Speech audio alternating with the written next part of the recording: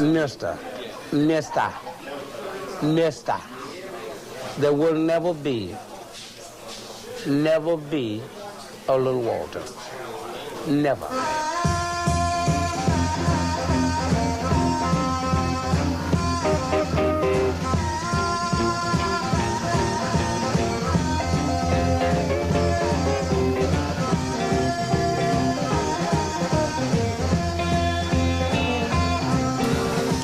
Walter was one of the best blues harmonica players and harmonica player in the world.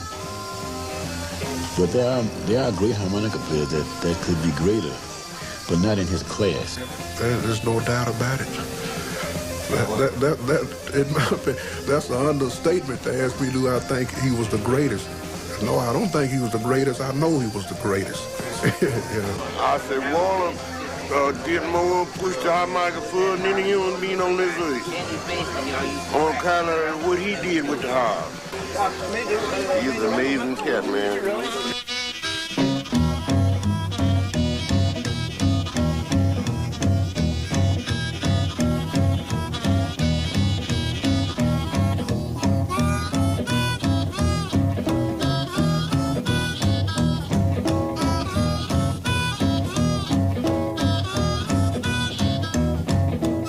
My grandfather told me that Walter, when his mother was carrying him, she was out of wedlock, and that they wouldn't permit her to have the baby and have him in the house.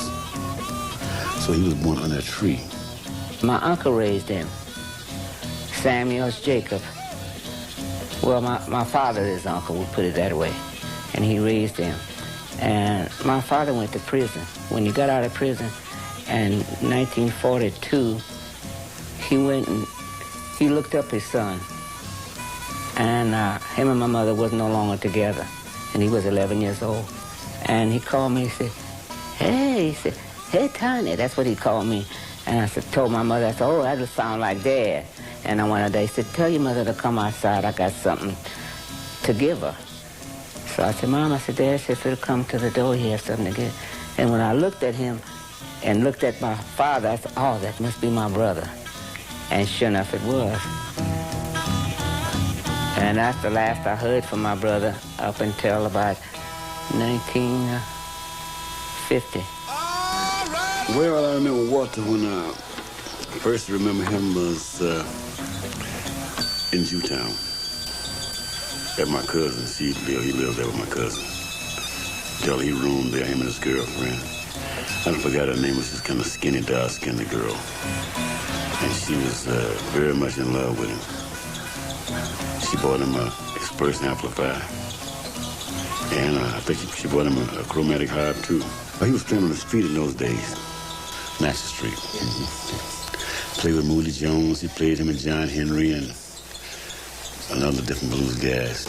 Well, Walter sounded like Sonny Boy Williams. That's the way he played then in those days. It was like Muddy and Walter was still playing together. And it was at the Zanzibar one night, and this lady, she was paying to hear Juke. And she gave Muddy $2. Jimmy Rogers, she gave him $1. She had 50 cents left. So she gave that to Walter. And Walter got mad about that. And Walter, floor.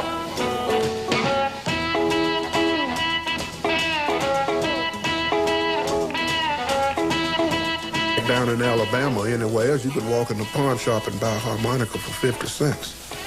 And after little Walter put out that record, Juke, they went up to $5 and $10. Because the maker, I think, found out what a harmonica could be used for, and Walter proved it.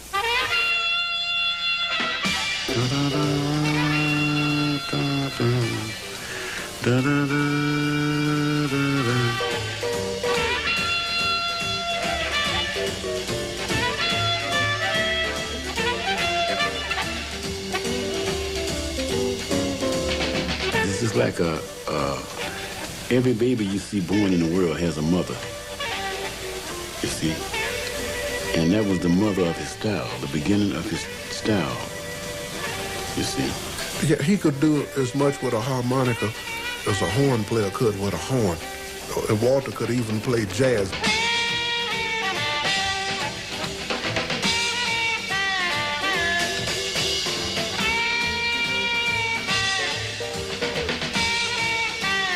For example, like B.B. King was carrying a whole Greyhound busload of musicians, right?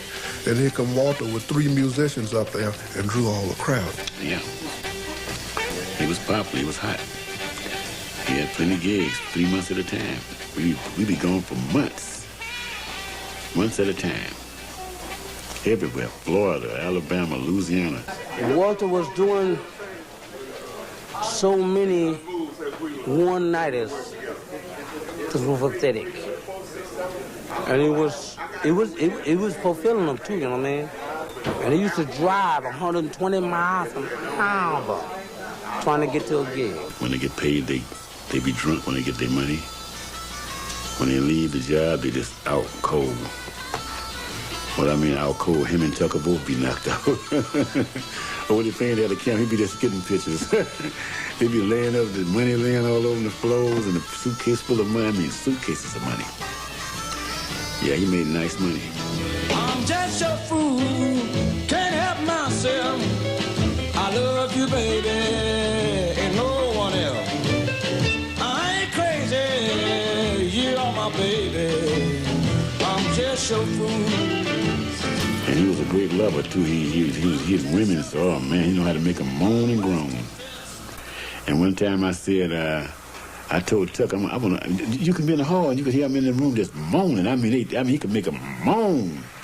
And I wanted to know what he was doing. So I told Tuck, I said, look, I'm peeping this keyhole right here tonight. When he do that again, I want to see what the heck is he doing. And you know, Tucker went and told him. And then when the girl started moaning, I went to the keyhole was covered up. And I asked him when he was there the last time, I said, do you have any children? He said, unforgettable, that's what you are. no, I don't want no children. Did you have a wife? He said, what any use in buying somebody you can get the milk free? You're so fine, I want to love you all the time. You're so fine, pretty baby, let me love you all the time. He was living fast. You see, he always was going too fast. And he tried to make me go fast with him. I don't know why he started going down like that. Because as far as the harmonica playing, he still had it. There's no doubt about that. Ain't no need of going no further, brother. Ain't no need of going no further, man. Told you back in 45, you had better quit that jive. Ain't no need of going no further, man. He was having lots of problems, like doing things that was not so, silly things. And drinking and maybe a little drugging, something like that. And he was going down, and when he was singing the song, "You Don't Need to Go No Further," Odie Payne, we would look at each other and we knew that's just what he was singing about himself. You don't need to go no further, brother. I know one thing, and it is that when you fly so high, but you can also do one thing. Going no further now.